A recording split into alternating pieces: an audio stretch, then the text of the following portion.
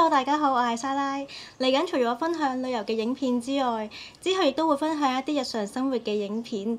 而家終於可以放下心頭大石啦，因為終於剪晒歐洲嘅影片，幾乎每日出一條啊！可能會有人話：切，咁心急子嚟做咩啊？分開幾次整咪得咯。但我想講，去旅行嘅影片擺得太耐，印象會越嚟越模糊㗎，所以趁印象深刻嘅時候就快啲剪咗佢，俾自己做個記錄之餘，亦都可以同大家分享見聞。大家記得去睇啊！係啦，介紹翻先。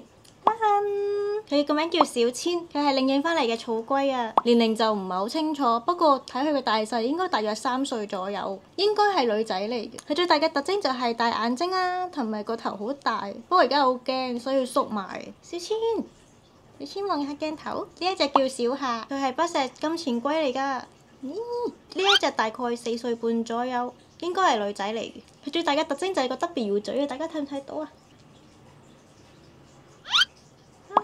？Say hi 啊，小夏。